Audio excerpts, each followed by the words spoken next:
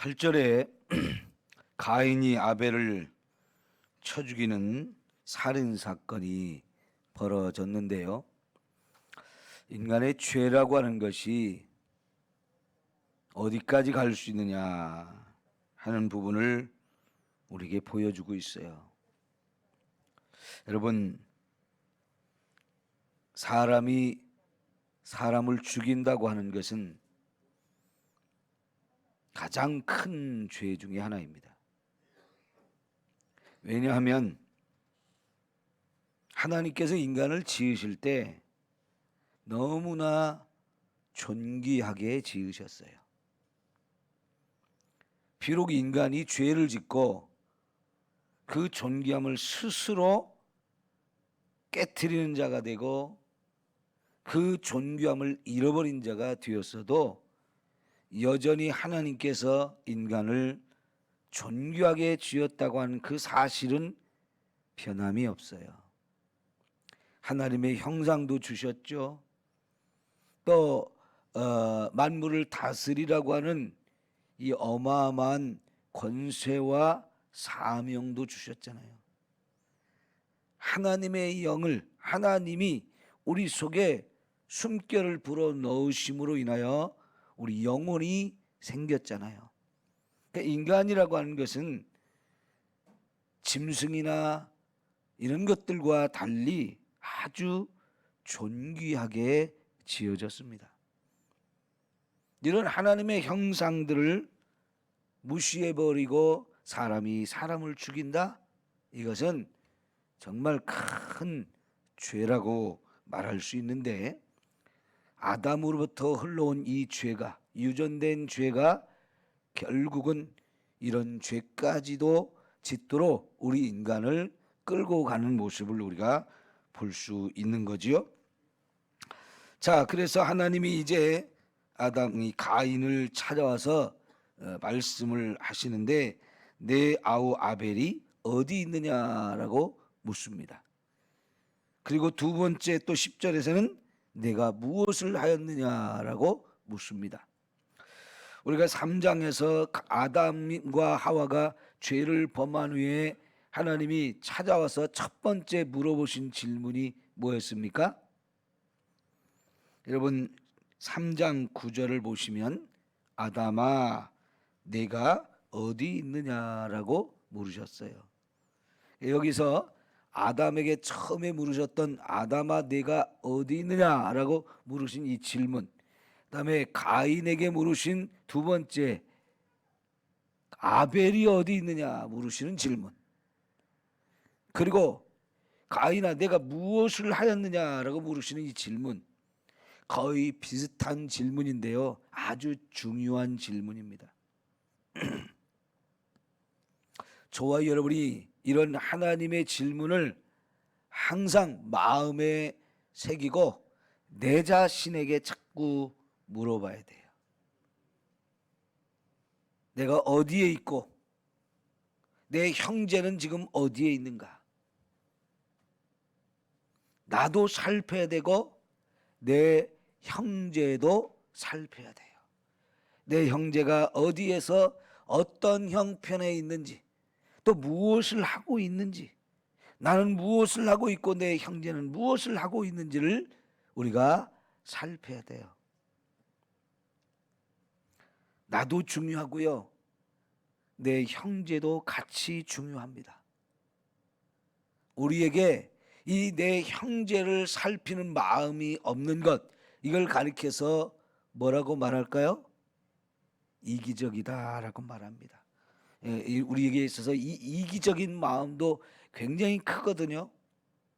형제가 어디에 있든지 무엇을 하든지 어떤 형편에 있든지 이거 관심 없어 하는 것, 이게 굉장히 큰 이기심이고요, 이것도 죄입니다.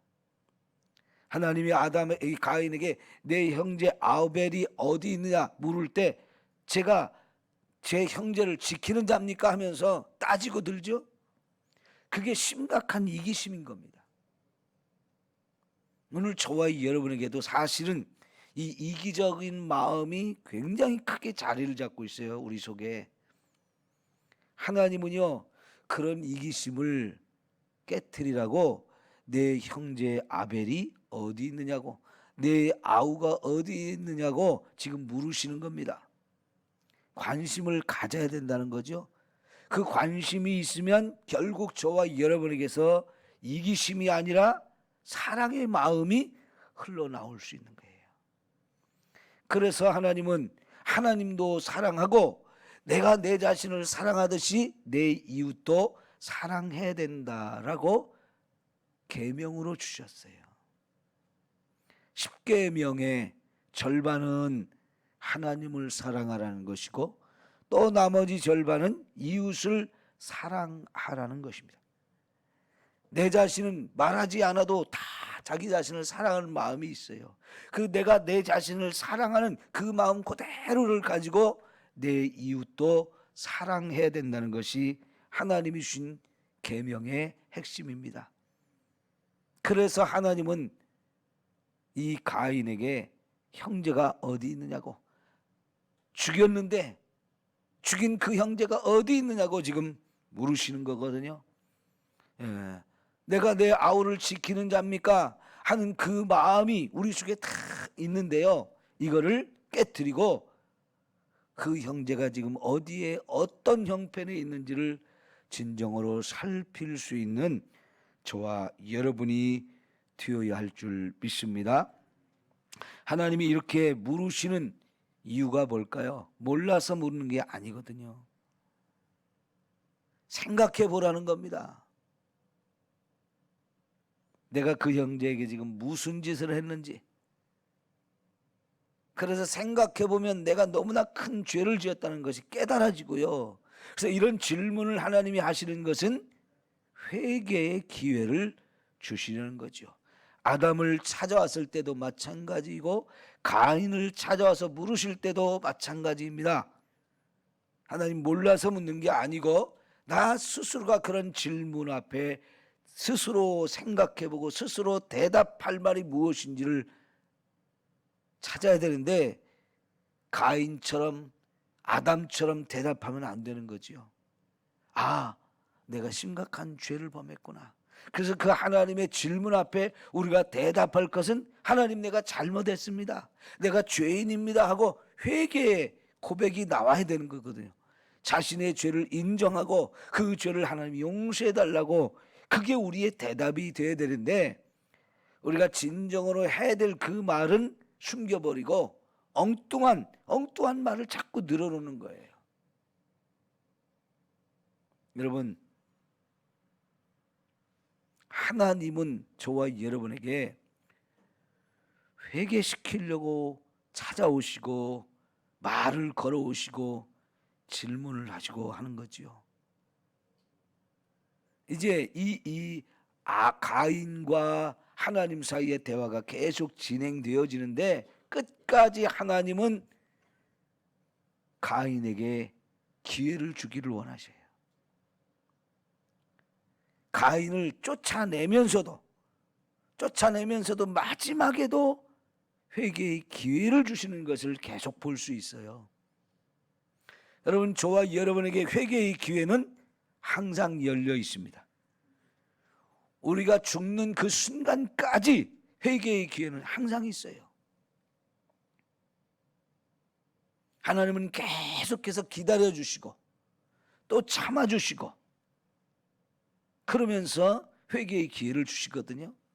사실 여기서 이제 내용이 진행되는 대화가 진행되는 과정을 보면 하나님이 할 수 없이 심판은 하십니다. 저주가 임합니다. 그러면서도 하나님은 여전히 회개의 기회를 열어주시는 거예요. 우리 찬송가 중에 어서 돌아오 하는 이 찬송가가 있는데 그 가사 중에 이런 구절이 있어요. 데리시고 어루만져 위로해 주시는 이런 찬송가 가사가 있거든요.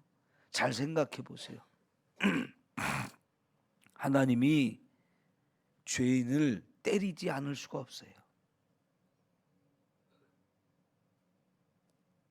때리시지만 또 어떻게 하신다고요? 어루만져 주신대요. 자식이 잘못하면 부모가 매를 들어서 그 자식을 치지만 왜 치는 겁니까? 미워서 치는 겁니까? 이 벌을 내림으로 인해서 자식이 이 죄가 얼마나 심각한 것인지를 깨닫게 해서 다시는 그런 죄를 짓지 않고 바른 길로 가게 하기 위해서 따끔하게 벌을 내리는 거지요. 그러나 그렇게 종아리를 걷어붙이고 그 종아리를 매를 들어 치지만은 돌아서서 눈물을 흘리는 것이 부모잖아요. 하나님의 마음이 그런 거잖아요. 하나님이 아담을 사랑하시고요, 가인도 사랑하시고 아벨도 다 사랑하시는 하나님의 자녀들이에요.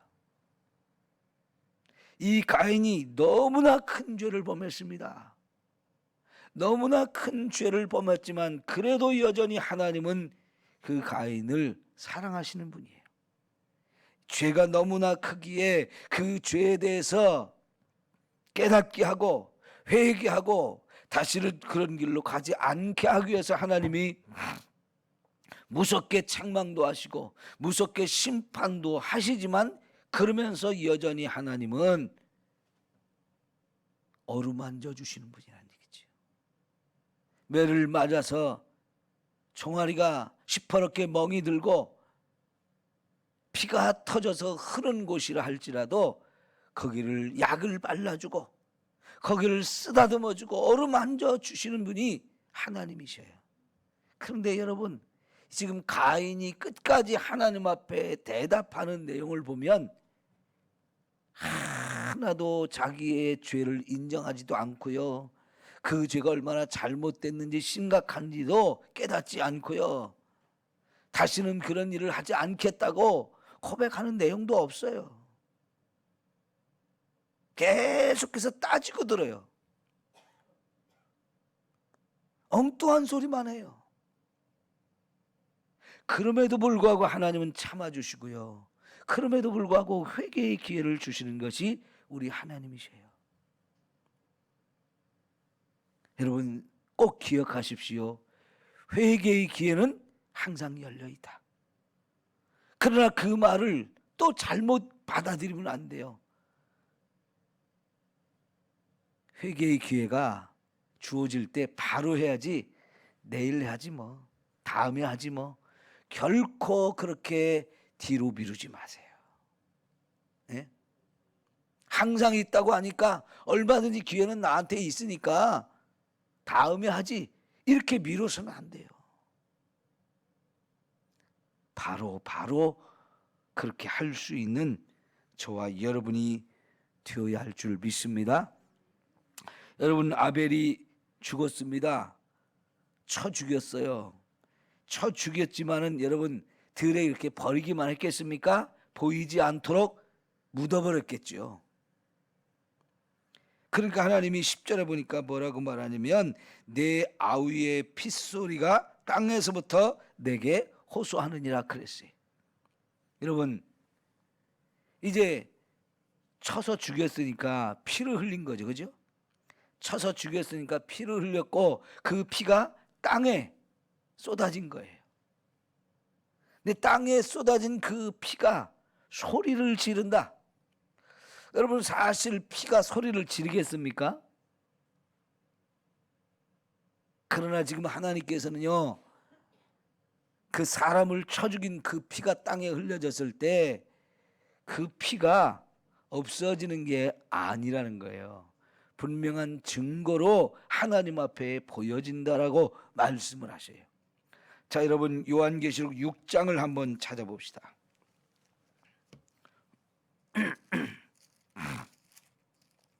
요한계시록 6장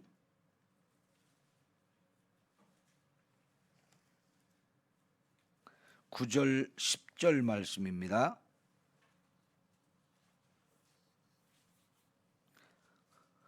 요한계시록 6장 9절, 다섯째 인을 떼실 때에 내가 보니 하나님의 말씀과 그들이 가진 증거로 말미암아 죽임을 당한 영혼들이 제단 아래에 있어 큰 소리로 불러 이르되 거룩하고 참되신 대주제여 땅에 거하는 자들을 심판하여 우리 피를 갚아주지 아니하시기를 어느 때까지 하나이까. 바로 이렇게 억울하게 죽임을 당한 사람들, 뭐 때문에 죽임을 당했어요? 거기 9절에 보니까 하나님의 말씀과 그들이 가진 증거로 말미암아 죽임을 당했다는 거예요. 하나님 말씀대로 살다 보면 그걸 미워하는 원수들이 생기고, 그 원수들이 하나님 말씀대로 사는 저와 여러분을 핍박하다가 죽일 수도 있는데, 지금까지 기독교의 역사 가운데 수많은 사람들이 이렇게 죽임을 당했어요. 믿음 때문에, 믿음대로 산다는 것 때문에 이렇게 참 억울한 죽임을 당한 사람들이 있는데, 그들이 죽었지만 그들이 하나님 보좌 앞에서 밤낮으로 하나님 앞에 호소하고 있는 거예요. 바로 그런 부분을 하나님께서는 피가 호소한다고, 핏소리가 들린다라고 표현을 하신 거죠. 자, 여러분, 하나님은 이렇게 억울하게 죽임을 당한 사람들을 그냥 두는 게 아니고 반드시 신원하여 주신다, 원수를 갚아주신다라고 우리에게 말씀을 하시는 거예요. 자, 그래서 지금 하나님이 아우의 핏소리가 땅에서부터 내게 호소하고 있다라고 표현을 하고 있는 거죠. 그리고 나서 이제 하나님이 창세기 4장으로 다시 돌아오세요. 땅이 그 입을 벌려 내 손에서 내 아우의 피를 받았은즉 내가 땅에서 저주를 받아서 내가 밭을 갈아도 땅이 다시는 내 그 효력을 내게 주지 아니할 것이다. 너는 땅에서 피하며 유리하는 자가 되리라 그랬어요. 땅이 저주를 받았다는 거예요. 피가 흘려진 땅, 그곳은 저주받은 땅이 된다는 거죠. 자, 여러분, 요거를 좀 기억하십시오. 가끔은 여러분이 차를 타고 지나가다 보면 도로 옆에 경고문이 써 있는 곳들이 있어요. 이곳은 사고 다발 지역입니다. 그러니까 더 특별히 조심하면서 주의하면서 운전을 하십시오, 이런 경고문이 써 있는 곳들이 있어요. 물론 그곳이요, 많이 굽어졌거나 도로가 좀 미끄럽거나 이런 상황이 되어서 그렇게 되어질 수도 있지만은, 이게 한 번, 두 번 쌓여지면 그곳이 바로 피가 흘린 땅이 될 수도 있어요. 거기서 사고가 자꾸 일어나서 사람이 죽고 다치고 하는 이런 일들이 벌어지면 그곳은 더럽혀진 땅이 되기도 하고요. 그래서 앞으로도 계속해서 그런 일들이 더 많이 벌어질 수도 있는 곳이 되어지는 거예요. 그러면 여러분, 그곳을 위해서 예수 믿는 저와 여러분은 기도를 해야 돼요. 하나님, 이곳이 더럽혀진 곳이 되고 이곳이 마귀들이 진을 친 곳이라면 이곳에 예수님의 피를 뿌립니다. 이곳을 예수님의 피로 깨끗하게 청소합니다. 이런 기도를 여러분이 하실 필요가 있어요. 이거는 예수를 믿는 사람들이 할 수 있는 기도예요. 그래서 그곳을 정화시킨다는 것, 그곳을 영적으로 청소하면 그곳에 더 이상 그런 사고가 안 일어날 수 있어요. 지난번에 눈이 왔을 때 우리 김복순 권사님이 그런 얘기 하셨어요. 권사님 집 앞에 집이 한 채가 있었는데 언젠가 그 집이 없어졌어요. 그런데 이번에 눈이 왔을 때 하루에 4건이나 거기서 사고가 일어났어요. 차 2대는 밭으로 들어가 버렸고, 차 2대는 길 옆에 거울이 이렇게 붙어있는 거울을 세워놨는데 그걸 와서 자꾸 받아버린 거예요. 권사님 말씀에 그곳은 자주 사고가 일어나는 곳이라는 거예요. 길이 이렇게 굽어지지도 않았거든요. 약간 굽은 듯한 그런 곳이에요. 그런데 이상하게 눈이 오거나 이러면은 사람들이 운전하는 사람들이 이상하게 밭으로 들어가는 거예요. 그리고 거기 와서 쿵쿵 그 거울을 세우는 기둥을 받아버리는 거예요. 사고 다발 지역이라는 거죠. 전에 거기서 살던 사람이 차들이 집을 와서 들이받고 하니까 집에 사는 사람도 위험하잖아요. 그래서 거기다 나무를 심어놨는데 그 나무를 자꾸 또 받는 거예요.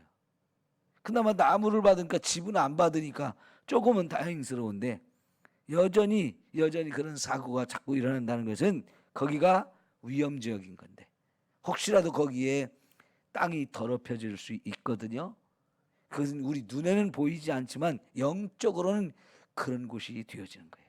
그러면 예수 믿는 우리가 그곳이 정화되도록 예수님의 피를 뿌리고 덮어서 그것을 정결하게 만들면 더 이상 사고가 나지 않는 곳으로 회복되어질 수도 있어요. 자, 지금 땅이 저주를 받으니까 땅에 농사를 짓는 것이 가인의 직업이었는데 이 땅이 더 이상 효력을 잃어버리고 가인이 원하는 농산물을 안 주게 된다는 거예요. 어디를 가서 땅을 파도 어디를 가서 농사를 지어도 땅이 가인이 먹고 살 만큼의 소득을 주지 않게 되니까 결국은 가인은 농사도 못 짓는 사람, 되는 일이 없는 사람이죠. 무엇을 해도 안 되는 거예요. 여러분 이게 얼마나 저주입니까? 그죠? 되는 일마다 잘 돼야 되는데, 그죠? 되는 일마다 확 형통해가지고 막 번성하고 생육하는 이런 축복이 임해야 될 거 아니에요? 근데 되는 일이 없다는 거예요. 안 되는 거예요. 무엇을 해도 안 되는 거예요. 이게 얼마나 저주스러운 거예요. 여러분, 하나님이 왜 이런 저주를 내렸겠어요? 그럼 이 저주를 영원히 받고 사는 겁니까? 아니요. 하나님을 믿는 저와 여러분에게는 이런 저주를 받아도 회개하면 이 저주를 얼마든지 하나님이 다 걷어주십니다. 회개시키려고 하시는 거예요. 그 저주를 받았다. 아, 이 저주 받은 거 영원히 나는 이 저주 가운데 살아야 돼. 이게 아니에요. 그런 어려움을 겪으면서 우리는 이 어려움이 원인이 어디서 온 거예요? 죄 때문에 온 거거든요. 그럼 그 죄를 회개해서 하나님 앞에 다 쏟아놓으면 하나님이 그 죄를 용서하시면서 죄도 다 걷어가시는 거예요. 자, 여러분, 예수님이 십자가에서 왜 그렇게 고통스럽게, 왜 그렇게 처참하게 비참하게 죽음을 당하신 겁니까?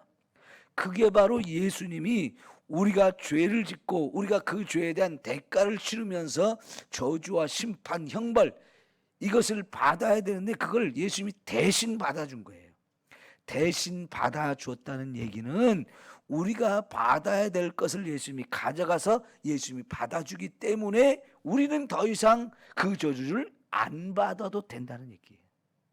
예수님이 대신 받았으니까. 그러니까 아무리 죄를 짓고 아무리 큰 벌을 받고 저주가 임했다 할지라도 그것을 다시 바꿔지는 것이 예수님의 은혜예요.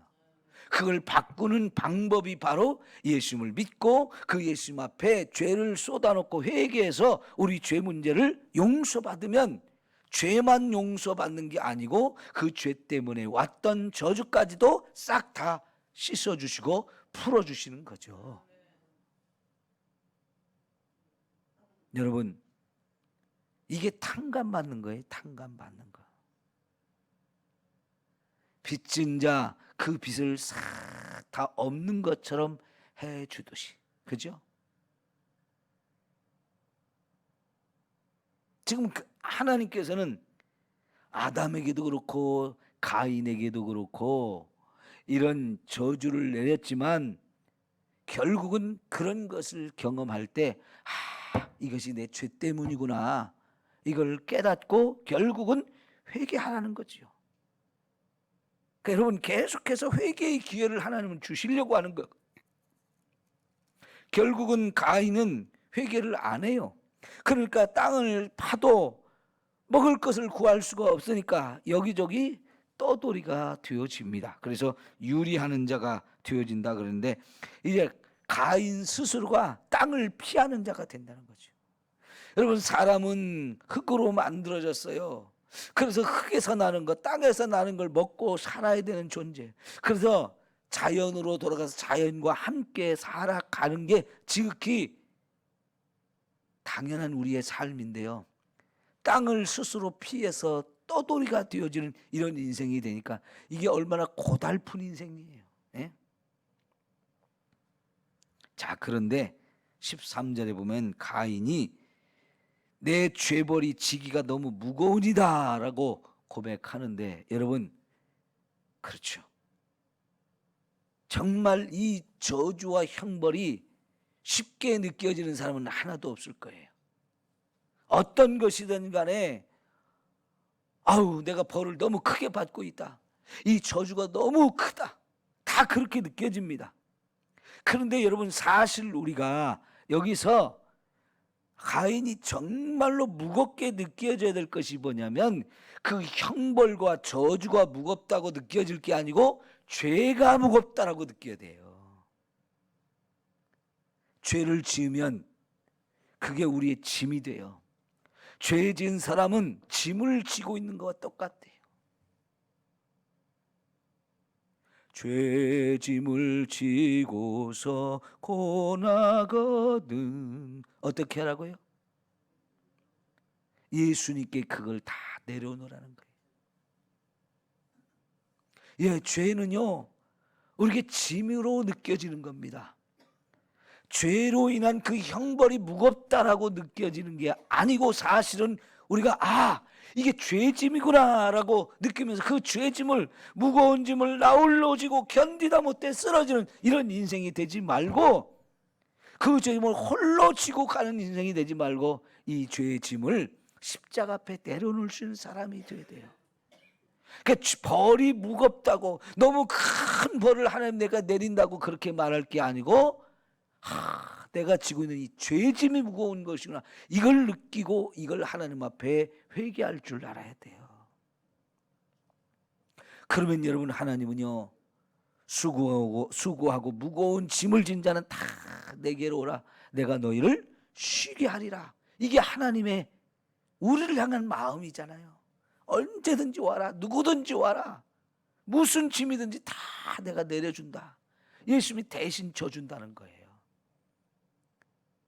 무거운 짐을 진 사람은 주님께 가야 이걸 내려놓을 수 있어요.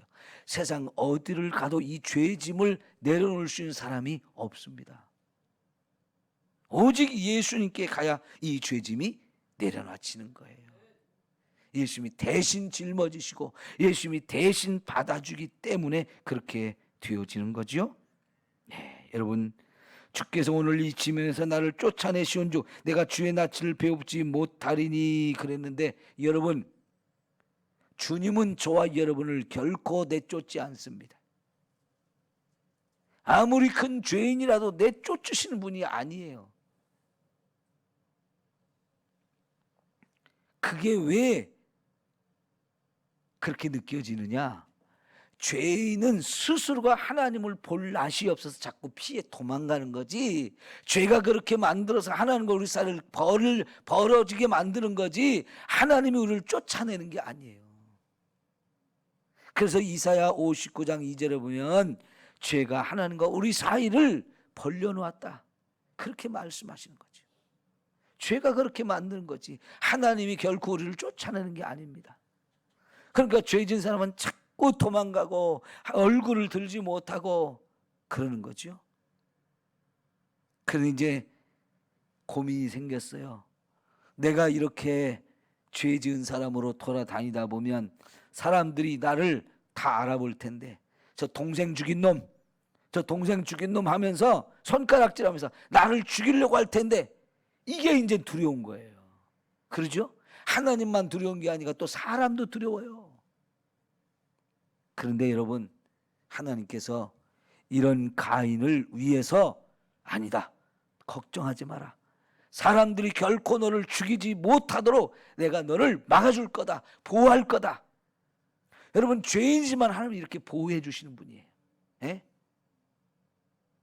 우리는 서로 손가락질하고 싶죠. 저놈이, 저 인간이 하면서 이 더러운 놈, 죽일 놈, 너는 죽어봐야 돼 하면서 막 죽이려고 또 이렇게 할 거란 말이죠. 여러분, 이게 가인이 스스로가 두려움을 느끼면서 도망 다니고 피해 다니고 숨어 다니고 그럴 수밖에 없는 거예요. 그러지 마라. 그러지 마라. 사람들이 너를 죽이지 못하게 해줄게.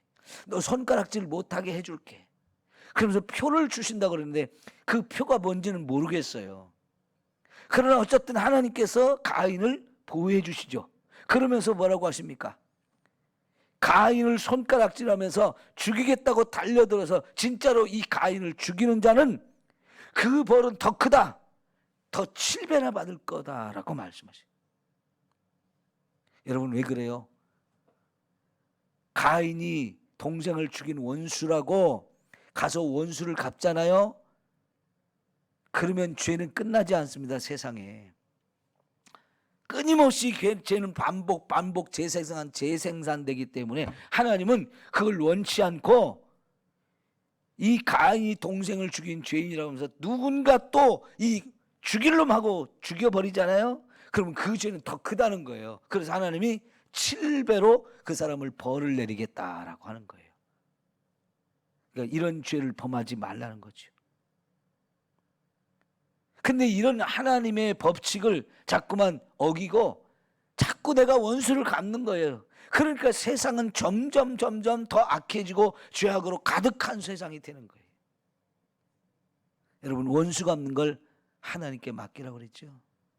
우리가 갚으려고 해서는 끊임없이 죄는 재생산돼서 세상이 더 악해지고 더 완악해지는 거예요. 하나님만이 심판자예요. 우리가 심판자가 아닙니다. 시간이 지나서 더 설명을 못하겠고 이제 끝냅시다. 여러분, 회개가 답입니다. 언제나 회개가 답이에요. 누구 탓하지 마십시오. 남 탓하지 마시고요. 내가 죄인입니다. 내 탓이로소이다 하면서 정말 하나님 앞에 우리 자신이 엎드리고 나 자신을 살펴서, 아니 내 이웃도 살펴야 될 책임이 있는데 그런 걸 못한 것을 내 책임으로 생각하면서 회개하면서 사는 저와 여러분이 되면 나의 문제, 이웃의 문제, 우리의 문제 다 해결돼요. 기도합시다.